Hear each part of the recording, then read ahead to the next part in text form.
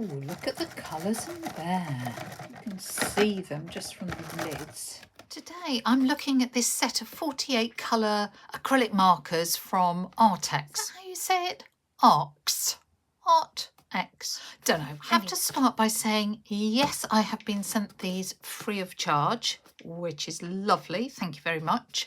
But no, that will not influence this review. I am not selling my soul for 48 pence.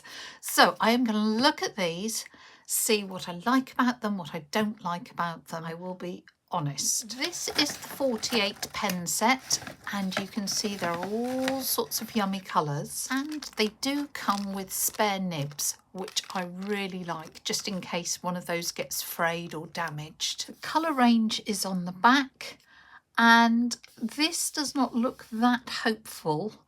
If you look at all these sort of gungy brown colours, I hope that is just the printing here. So we're going to swatch them out on white and swatch them out on black, because the white will show us the brightness and the black will show us the opacity. They're 3mm nibs, so they're quite chunky. They are acrylic inks. They are waterproof once dry, and they say they paint on just about anything. Canvas, stones, paper, fabric, ceramic, I believe. And at the end, I'm going to test them out making something like this. We're just in the run up to Christmas, as it happens. So these are little wooden kind of Christmas tree baubles, but I thought doing a little Aurora Borealis, little Northern Lights painting would test out the blending for that watercolory background. It would test out the opacity for layering and see how much detail we can get with that big chunky 3mm nib. Just before we kick off, let's take a slightly closer look at a pen. So they're all numbered. They've got lids that are supposed to match the colour, and what I really like about them is they have got a see-through part on the, what would you call that? The barrel, that's it. They have a see-through part on the barrel that shows you how much ink's left. I like that a lot. Instructions are simple. Shake, because it's acrylic ink and it will settle out. So do this every time you use them. It is brand new. They will just have this sort of yellowy nib, no ink on there at all.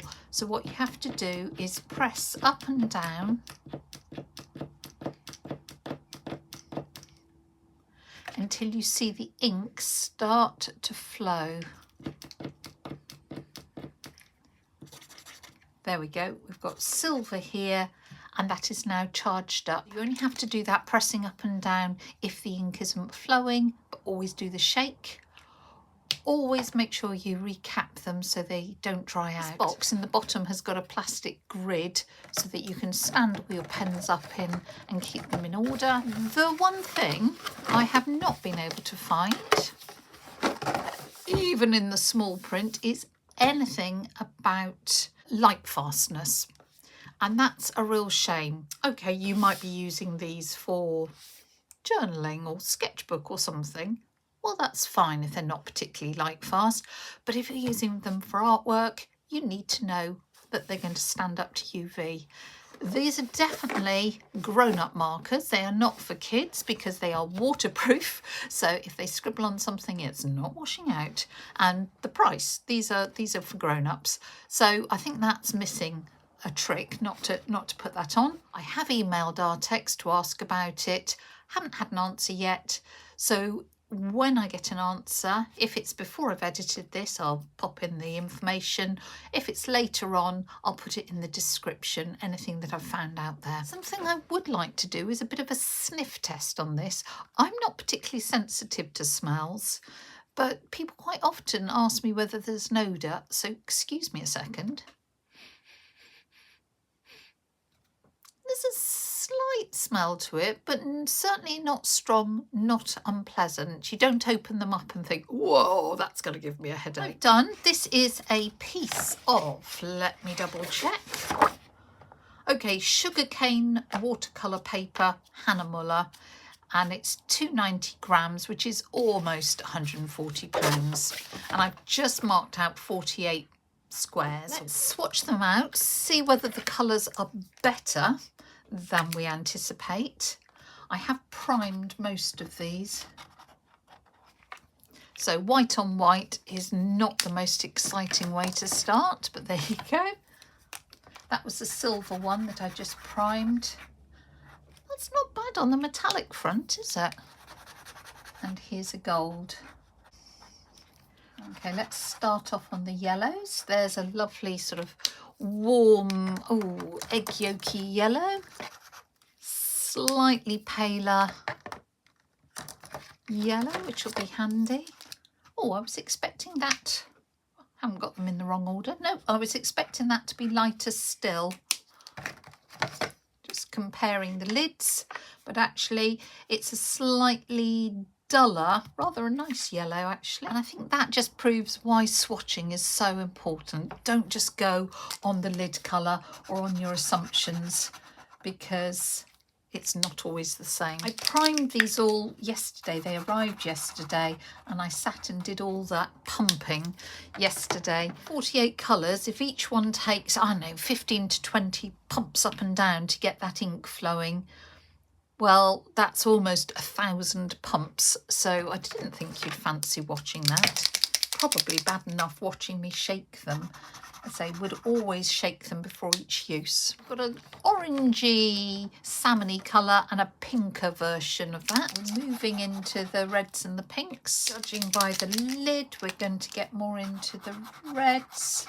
It's not a pure red, it's still got a bit of pink going on in that. And we're pink again.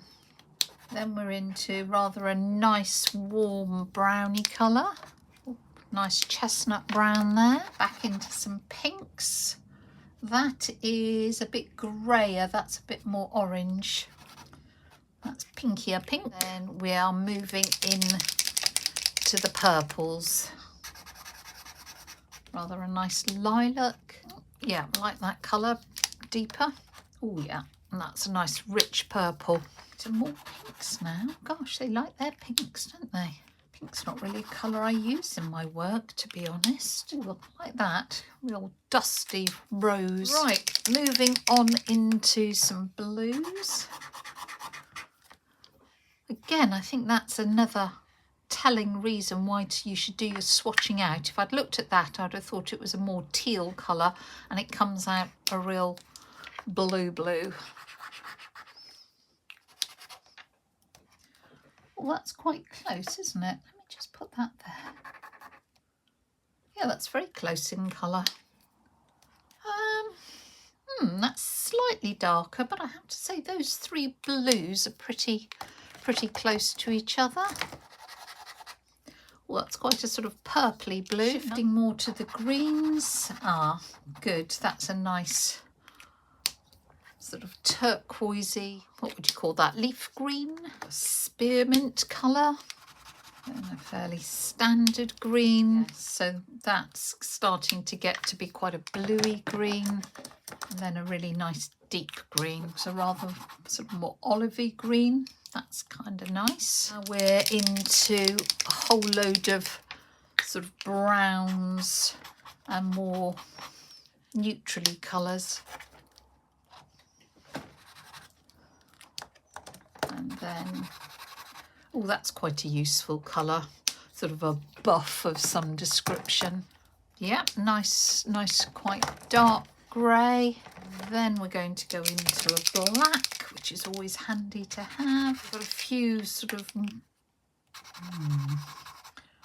that's a lot more yellow than I was anticipating.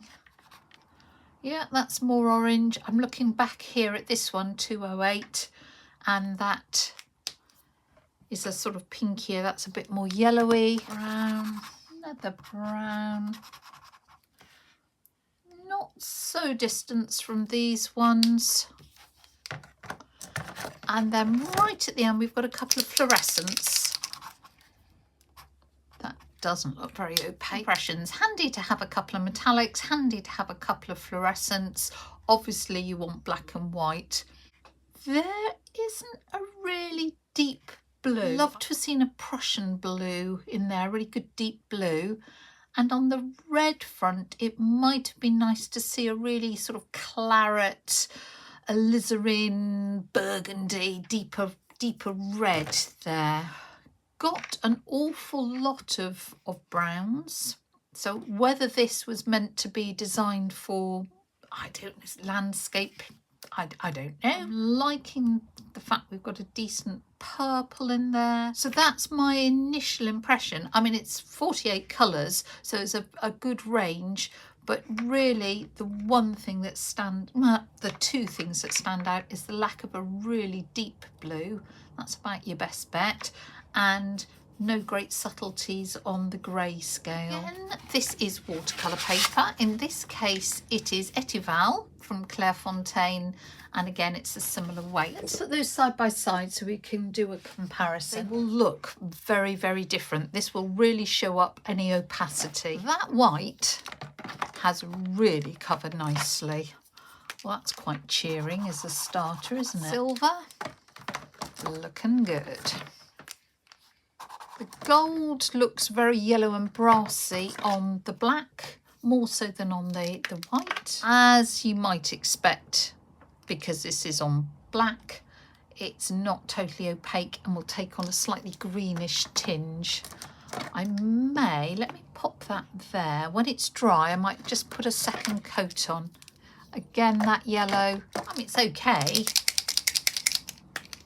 Ah, that's interesting. So this yellow, which is Q120, is probably the most opaque of those three. Really useful to do this because say you're doing a piece of work and you really needed an opaque, then this could influence your choice. Orange, 168, let's look at it over here.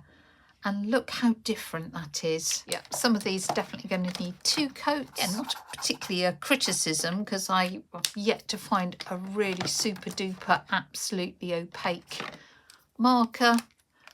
But it's worth knowing. Oh, well, having said that, look at this one, 215, loads of white in it, and that is super opaque. So again, if you were needing a peachy pinky colour, and you needed it to be opaque, well, you know which one you're going for. If you need it to be transparent, you know which one you're going for. And again, now that is very opaque and looks a lot brighter on the black than it does on the white. Say, opacity isn't what you're always looking for. You're looking for whether it goes on smoothly, whether they're bright colours, whether you've got the colour range you want. But knowing whether something is transparent or opaque just lets you choose the right colour for what you're trying to achieve.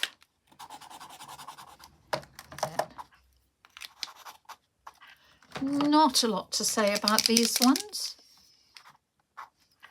And I'm expecting obviously that's the dark purple, not to show up much. That's 355. Again, not really singing on the dark surface. Whereas 365 really does. This is that really dark plummy colour, which is really nice on the black. Again, that was the blue that I thought was really quite close. Actually, the difference shows better on the black. Okay, that one's quite transparent. That's nice. Oh gosh. Well, there's good coverage on that. That was the sort of appley green, leafy green. It was nice on the white and very, very opaque there.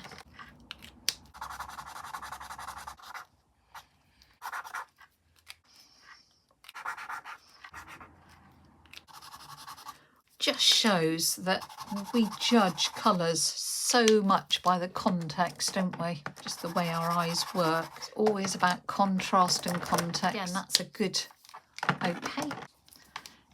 Well, this is going to be gripping, black on black. But let's be complete. Oh, look, it's black. Oh, that's nice. Wow, they look different. Okay, we're down to the last two. These are the fluorescents, which I am not expecting to show up at all because they look pretty transparent on the white and yeah, very transparent on the black. Well, you wouldn't know what that was. Now, what did I say? I said I was just going to see how an extra layer made a difference on that yellow. We'll let that dry and just see how that works for us. Well, that was useful. I don't always do things that are useful, but that was useful because you can see some great opacity and transparency here, you know, particularly as say these two, 208, 215, not I mean, definitely different colours, but not massively different on the white. Big performance difference on the black. Some really nice opaque colours without having just added a ton of white, because that's usually how people get things to be more opaque. They add a ton of white, but you've actually got some good opacity on some of these without, say, having resorted just to shoving in more white. Just at the bottom here, see how they layer up and then just layer over. Looking good. So we said this is a 3mm. I wonder what the finest dot. Ooh. Yeah, it's quite hard to get.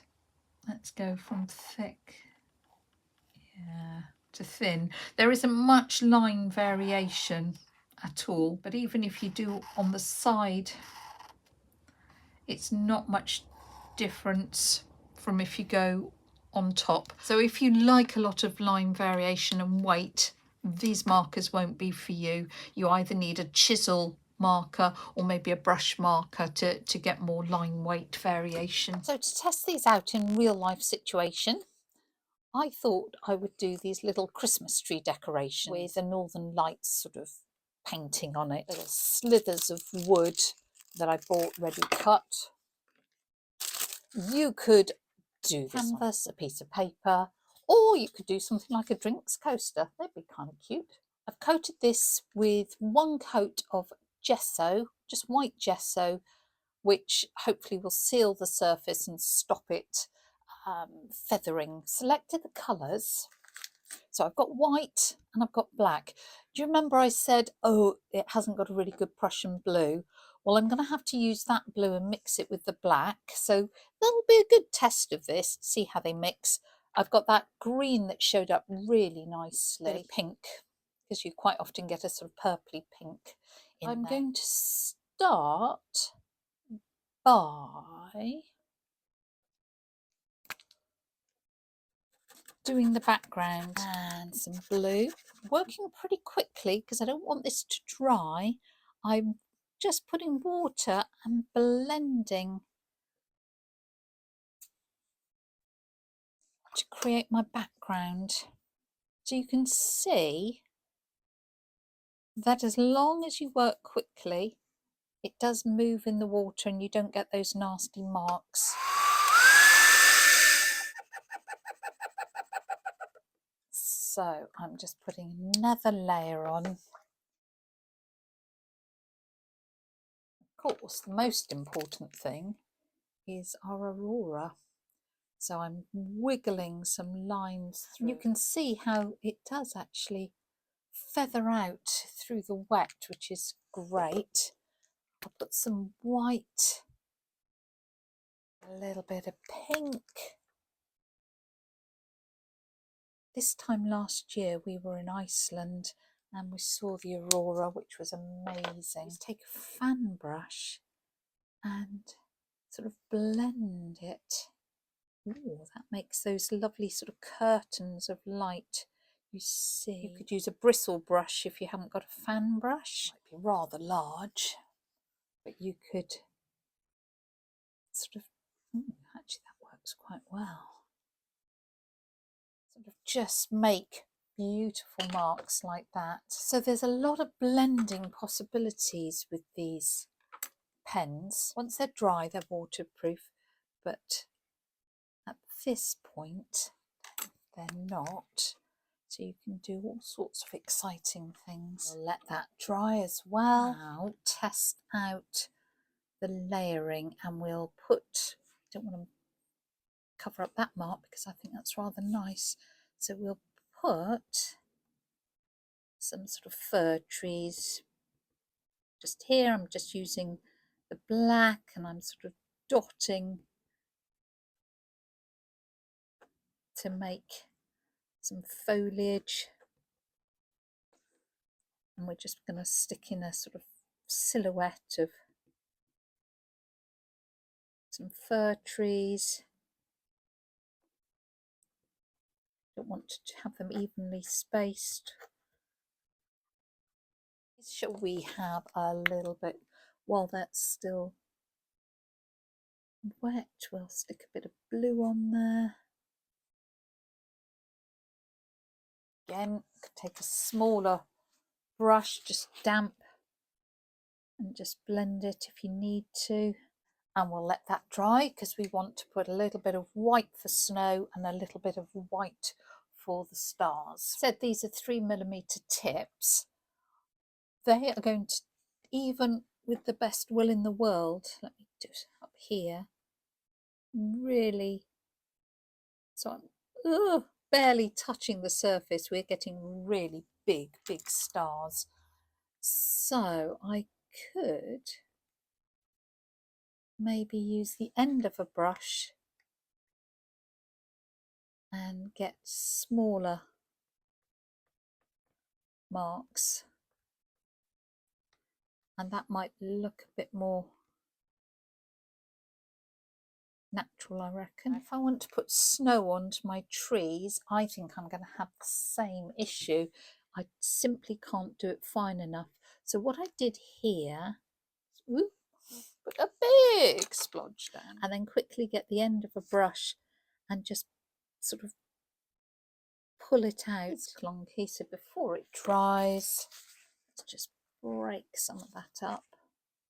Use my damp brush, just so it's not so clunky. The other thing I could do is scribble on something that's non-absorbent, pick up the paint. Yeah, do you know, that's better, isn't it? And actually paint, very fine brush, just paint in some little bits. It's no bad thing to show the versatility of paint markers.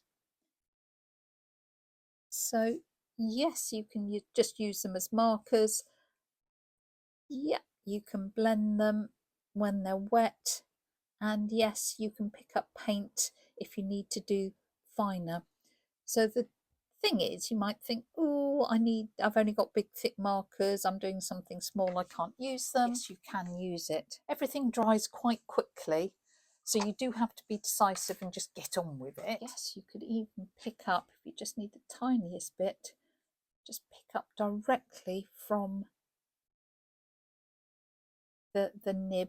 Say I just wanted to break this up, and there's our little scene, which is rather jolly. Could always go back, say, I want a bit more light up there, and I really like those vertical sort of lines, and we could always add a little bit more, blend it out if we think it's too stark, and bring in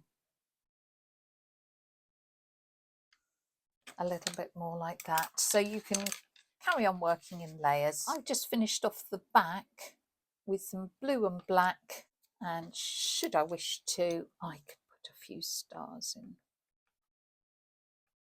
Once they're dry, they're waterproof, so they shouldn't need sealing, but if you wanted to, you could put a quick coat of varnish or wax on those just to protect them, or to give them a bit of shine so they catch the light. Let's whiz through that mountain scene. I've prepared the slither of wood in the same way, just with a coat of gesso that's all fully dry, and then I use the black pen and the blue pen, working pretty fast because I don't want this ink to dry, and it does dry pretty quickly. I blend those together with a wet brush to create that very watercolory effect in the background. Here I did it slightly differently from the other way. I'd let it dry and then I applied wiggles of the colour through it. Some of that lovely green that really showed up well, a bit of white, a bit of pink, and filled in between with some blue. I then used my fan brush in a vertical movement to blend those colours together. When I did the forest scene, the background was a little bit damp and that helped the blending. You can do it either way. You can either blend dry and add a little water at that point if you need a bit of oomph to it, or you can put it into the wet and then blend. Really, that's up to you. If you need to touch it up, you can always add a little more colour and again just blend things in either with that dry brush or with a damp brush. Once that's dry, we can put in the shape of our mountains with that lovely opaque white that we found. Add a little bit of blue to give the idea of shadows on the snow. Try and break things up, make it look as natural as possible. Put some breaks in the outline. Add a little bit of detail. And again, just blend that in with a damp brush. We can add extra black in to add really dark sort of shadows to the mountains, and we can add in a little bit of detail just to give the feeling of sort of rocks and little sort of sub-peaks, if that's such a word. Once again, I've scribbled a little bit of paint onto my palette and I'm picking it up with a tiny brush just so that I can do some finer marks.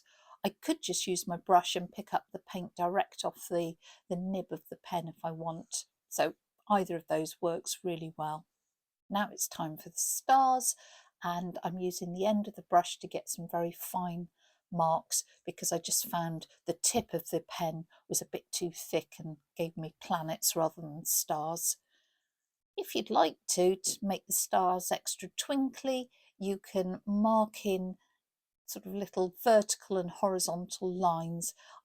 I'm not that fond of it, but I thought I'd have a go on this occasion just to see whether it looked good or not.